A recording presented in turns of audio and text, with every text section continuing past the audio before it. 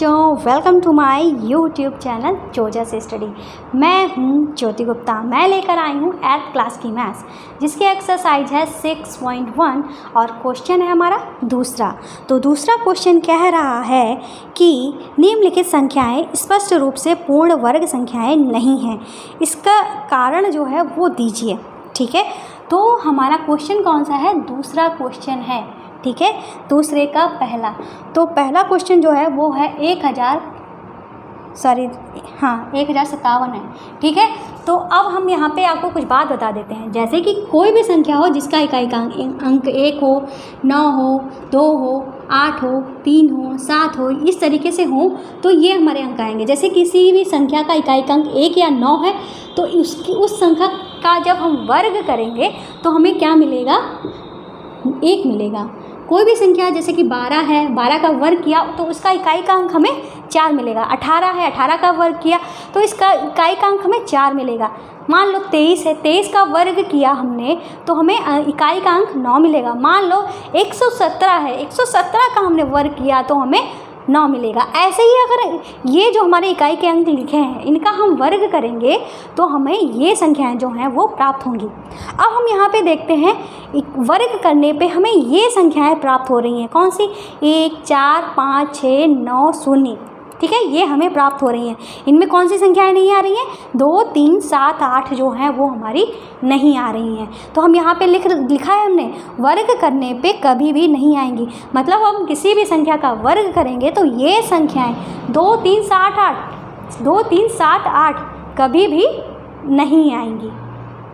ठीक है, तो ये बात ध्यान रखिएगा। इसी के हिसाब से ही हमारे क्वेश्चन लगने हैं। तो हम यहाँ पे देखते हैं इसका इकाई का अंक क्या है। तो हम यहाँ पे लिख लेंगे। पहले तो हम यहाँ पे क्या लिखते हैं? यहाँ पे इन्होंने क्वेश्चन में कहा था निम्नलिखित संख्या स्पष्ट रूप से पूर्ण वर्ग नहीं है, इसका कारण दीजिए। ठीक है, तो ये क्वेश्चन इन्होंने दिया था। ठीक है, तो हम यहाँ पे लिखेंगे हम जानते हैं कि किसी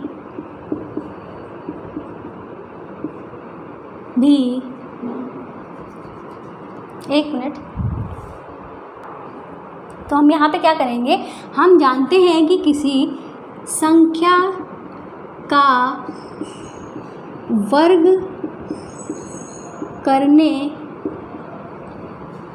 पर इकाई के अंकों में क्या प्राप्त होता है? 1 और ये हमारा क्या है? 1, 4, 5, 6, 9 और 0। ठीक है, इतने अंक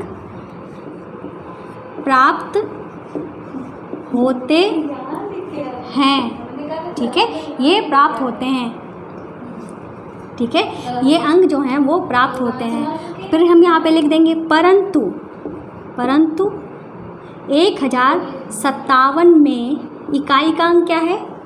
इकाई का अंक जो है वो क्या है? इकाई का अंक जो है वो क्या है? 7 है। ठीक है, इसके इकाई का अंक 7 है। अतः अब जो क्वेश्चन की लैंग्वेज है वही हम लिख देंगे। क्या इन्होंने क्वेश्चन में कहा था? यह स्पष्ट रूप से पूर्ण वर्ग संख्या नहीं है। अतः यह स्पष्ट रूप से पूर्ण वर्ग संख्या नहीं है। क्यों नहीं है? क्योंकि 7 जो है इनमें नहीं आ रहा है। ठीक है, इसलिए हम ये लिख देंगे। ठीक है, ये लैंग्वेज जो है वो आपको लिखनी पड़ेगी। तो ये आपने नोट कर लिया होगा। अब हम अपने करते हैं दूसरा क्वेश्चन। दूसरा क्वेश्चन हमारा जो है वो क्या है? वो है 23,453। यहाँ पे हम अपना दूसरा क्वेश्चन जो है वो करेंगे। 23,453 ये हमारा दिया गया है। तो फिर से हम यही लिख देंगे, हम जानते हैं कि किसी संख्या का वर्ग करने पर इकाई के अंकों में हमें क्या प्राप्त होता है? 1, 4, 5, 6, 9, 0। प्राप्त होते हैं। परंतु ये जो हमारा दिया गया है क्या 23,453 जो दिया गया है, इसमें इकाई का अंक क्या है हमारा 3 है। ठीक है, पर 3 जो है इसमें आ नहीं रहा है, तो हम यहाँ पे लिख देंगे यह स्पष्ट रूप से पूर्ण वर्ग संख्या नहीं है। ठीक है, वही लैंग्वेज जो है लिखी जाती है वही हम लिख देंगे। ठीक है, अब हम अपना करेंगे तीसरा क्वेश्चन। तो तीसरा क्वेश्चन जो है वो है 7,928। क्या है 7,928। ठीक है, अब आपको एक और बात बताते हैं। ठीक है, वो बात ये है कि बस आपको ये अंक ध्यान रखने हैं 2378, इस तरीके से याद रखो। अगर ये 2378 आ जाता है तो समझ लो वो हमारी पूर्ण वर्ग संख्या नहीं है, पर आपको लैंग्वेज में इसी तरीके से लिखना है। ठीक है, तो हम फिर से ये लिख देंगे, हम जानते हैं कि किसी संख्या का वर्ग करने पर 1 4 5 6 9 0 जो है वो प्राप्त होते हैं, परंतु 7,928 में इकाई का अंक जो है वो हमारा क्या है 8 है। ठीक है, अतः यह स्पष्ट रूप से वर्ग संख्या नहीं है, ये हमारा लिख दिया जाएगा। नोट कर लीजिए। अब करते हैं हम चौथा क्वेश्चन। तो चौथा जो क्वेश्चन है हमारा क्या है वो कुछ इस तरीके से है, 6 बार 2 लिखा है, 1 2 3 4 5 6, इसमें बताना है। तो फिर से हमें यही लैंग्वेज लिख देनी होगी, ये लिख दिया। फिर से हम यहाँ पे लिख देंगे परंतु 1 2 3 4 5 6 में इकाई का अंक क्या है हमारा 2 है। 2 है तो 2 है, अब इसमें 2 जो है आ नहीं रहा है, तो मतलब यह जो है स्पष्ट रूप से पूर्ण वर्ग संख्या नहीं है। ठीक है, तो ये हो गया हमारा चौथा क्वेश्चन। अब हम अपना कौन सा करेंगे 5वां क्वेश्चन करेंगे। ठीक है, तो 5वां क्वेश्चन करने से पहले हम आपको छठा क्वेश्चन करवा देते हैं, क्योंकि 5वां जो क्वेश्चन है उसमें कुछ मुझे बताना है। 5वां और 7वां और 8वां जो है इसमें मुझे कुछ बताना है। पहले हम अपना छठा क्वेश्चन जो है वो कर लेते हैं। तो छठा क्वेश्चन जो है वो है 89,722। ठीक है, 89,722 हमारा है। फिर से हमारी यही लैंग्वेज लिख दी जाएगी। हम जानते हैं कि किसी संख्या का वर्ग करने पर इकाई के अंकों में 1 4 5 6 9 0 प्राप्त होते हैं, परंतु ये जो हमारा दिया गया है 89,722 में इकाई का अंक क्या है हमारा 2 है, जो कि 2 हमारा यहाँ पे नहीं प्राप्त हो रहा है, अतः यह स्पष्ट रूप से पूर्ण वर्ग संख्या नहीं है। इस तरीके से ये क्वेश्चन जो है हमारा छठा हो गया है। अब 5वें क्वेश्चन में हमें क्या बताना है ये भी आप देख लीजिए। तो भाई अब हमारा कौन सा क्वेश्चन है, हमारा है क्वेश्चन 5वां। तो 5वां क्वेश्चन जो था वो हमारा क्या था 64,000 है। क्या है 64,000। कितने जीरो हैं 3 जीरो हैं। अब हमने आपको ये तो बताया था किसी संख्या का इकाई का अंक अगर 0 है तो उसका जब वर्ग करेंगे तो हमारे इकाई का अंक 0 आएगा, ये मैंने आपको बताया था। पर एक और बात आपको बतानी ज़रूरी है, वो ये है 0 हमारा वर्ग होने के लिए हम यहाँ पे लिख दे रहे हैं, नीचे जगह नहीं है फिर भी मैं यहाँ पे लिख दूँ। अच्छा कहाँ पे लिख दूँ, अच्छा यहाँ पे लिख देती हूँ। वर्ग होने के लिए क्या होना चाहिए 0 की संख्या कैसी होनी चाहिए, सम होनी चाहिए, सम होनी चाहिए। मतलब जब हम वर्ग करेंगे हमें जब अंक मिलेंगे लास्ट में 0 के अंक 0 जो मिलेंगे हमको, उनकी जो संख्या है वो सम होनी चाहिए। जैसे कि हमारा 10 लिखा है, 10 का हमने स्क्वायर किया तो हमारा क्या आया 100 आया, 10 गुणे 10 100 हुआ। तो वर्ग करने पे कितने हमें अंक 0 मिले 2 मिले, 2 हमारे क्या है सम संख्या है।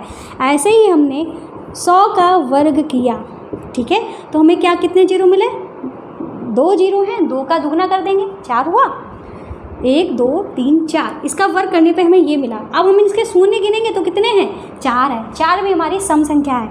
मान लो हमने कुछ भी ले लिया, हमको नहीं पता हमने कितने 0 लिए हैं, फिर हम इसका क्या करेंगे स्क्वायर करेंगे, ठीक है, हमें गिनने पड़ेंगे 1 2 3 4, 4 जीरो है तो 4 का दुगना हो जाएगा, मतलब 1 2 3 4 5 6 7 8। अब हम शून्य गिनेंगे तो हमारे कितने शून्य हैं, 8 है। तो कहने का मतलब है वर्ग करने पर, जिसमें शून्य है, वर्ग करने पर शून्यों की जो संख्या है वो हमारी कभी विषम नहीं आएगी, सम ही आएगी। आया समझ में? ठीक है, तो क्या करेंगे अब हम, हमारा यहाँ पे क्या दिया गया है, 64,000 दिया गया है। क्या दिया गया है? 64,000 दिया गया है। अब 64,000 में कितने शून्य हैं, 3 शून्य हैं। तो फिलहाल तो हम ये तो लिख देंगे कि हम जानते हैं कि किसी संख्या का वर्ग करने पर इकाई के अंकों में ये प्राप्त होता है। ठीक है, फिर हम यहाँ पे लिख देंगे तथा शून्य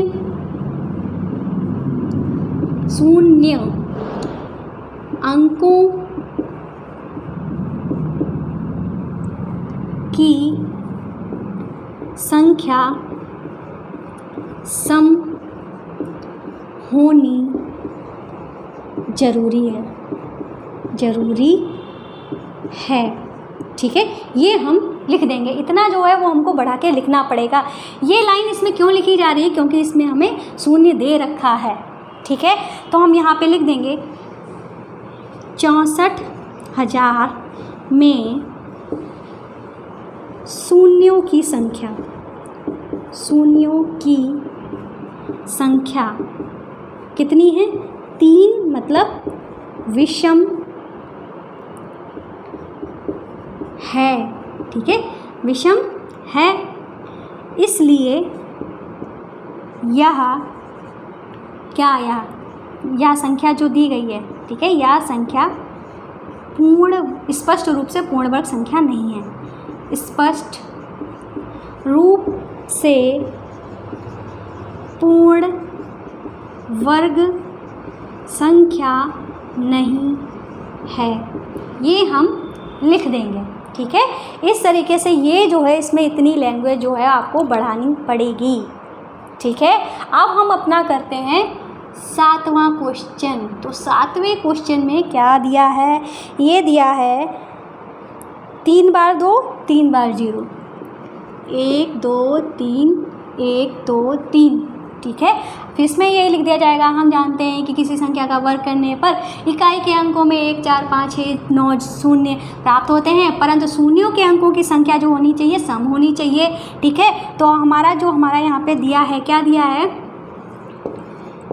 0 0 0 में शून्यों की संख्या कितनी है? 1 2 3 है, जो कि विषम है। संख्या कितनी है? संख्या 3 है। ठीक है, यहाँ पे आप ब्रैकेट में कर दिए, 3 जो है वो विषम है, अतः यह संख्या जो है स्पष्ट रूप से पूर्ण वर्ग संख्या नहीं है। इस तरीके से क्वेश्चन जो है वो हमारा ये हो गया। अब हमारा ये क्वेश्चन बचा है लास्ट वाला 8वां क्वेश्चन। ठीक है, तो 8वां हमारा क्वेश्चन क्या है ये भी देख लेते हैं। तो 8वां जो क्वेश्चन है वो है हमारा 50 50 और 50। फिर हमें यही लैंग्वेज लिख देनी पड़ेगी, और फिर लिख देना पड़ेगा शून्यों की संख्या का सम होना जरूरी है। ठीक है, तो यहाँ पे इसमें ये जो हमारी संख्या दी गई है, इसमें शून्यों की संख्या कितनी है? 1 है ना लास्ट में। सभी शून्यों से मतलब नहीं है, लास्ट वाले शून्य से मतलब है, लास्ट जितने शून्य लगे हैं। ठीक है, शून्यों की संख्या 1 है, जो कि क्या है? विषम है, अतः यह स्पष्ट रूप से क्या है? पूर्ण वर्ग संख्या नहीं है। ठीक है, तो ये जो हमारा दूसरा क्वेश्चन है वो कंप्लीट हुआ। मैंने पूरे डिटेल से आपको समझाया है। क्लास समझ में आई हो तो चैनल को सब्सक्राइब करके ज़रूर जाना।